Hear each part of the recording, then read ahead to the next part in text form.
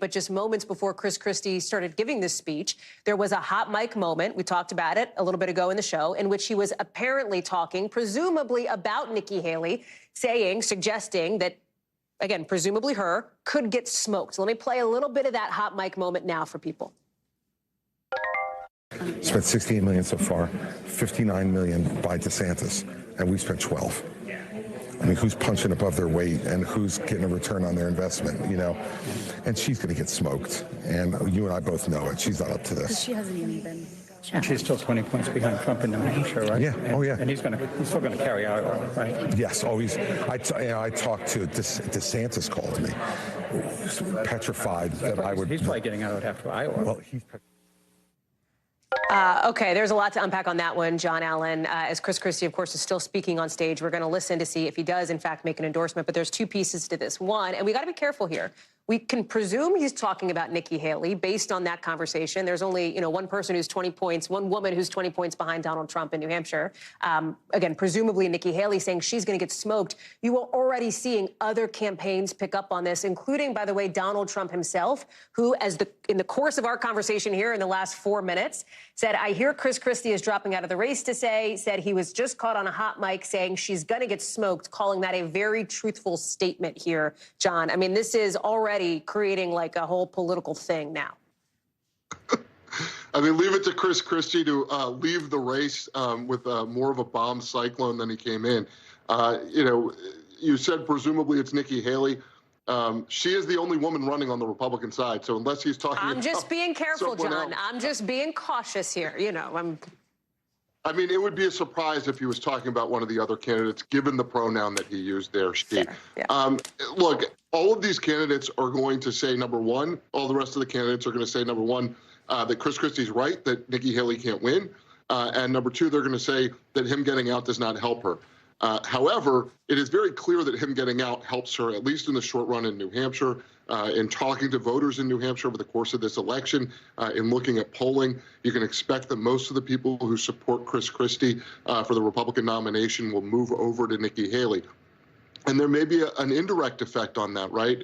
This is the reason that Ron DeSantis would be petrified if that's, in fact, a characterization that is accurate from Chris Christie. The reason would be that voters in Iowa may be affected by the thought that Nikki Haley is now in a position, perhaps a better position at least, to run even with Trump, to have a real fight with him in New Hampshire. That may affect the way that they vote come caucus time on Monday. So there's a lot going on here. But I would back up just a little bit and say, when we look at those national polls, we still see in most of them Donald Trump at or above the 50% mark.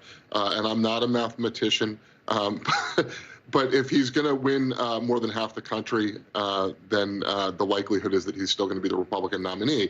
And we'll have to see what happens. Sometimes what happens in the state can, in fact, affect the rest of the race. So were Nikki Haley to get in a position where she could win in New Hampshire, maybe that would affect future states. But right now, this race still looks like Donald Trump's to lose. And I just want to say, I think you're doing something really important, John, which is pulling back, giving us the macro 30,000-foot view, because while this is, I think, very interesting and an interesting dynamic here less than a week out from Iowa, as it relates to this discussion that happens with Iowa, as it always does every cycle, about momentum and who gets some wind at their back, and do they carry it into New Hampshire, and does it change the dynamics of the race going into South Carolina, right? This is the arc and Super Tuesday over the next few months.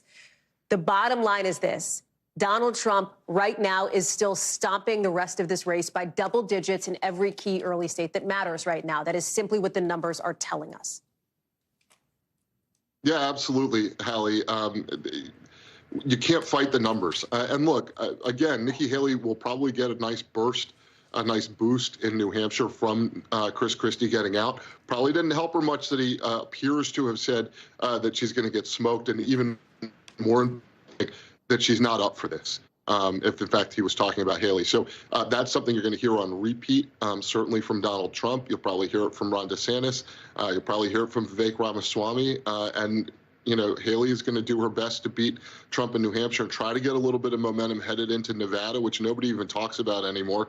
But it seems to be Trump country. And then her own home state of South Carolina, where she is trailing badly in the polls.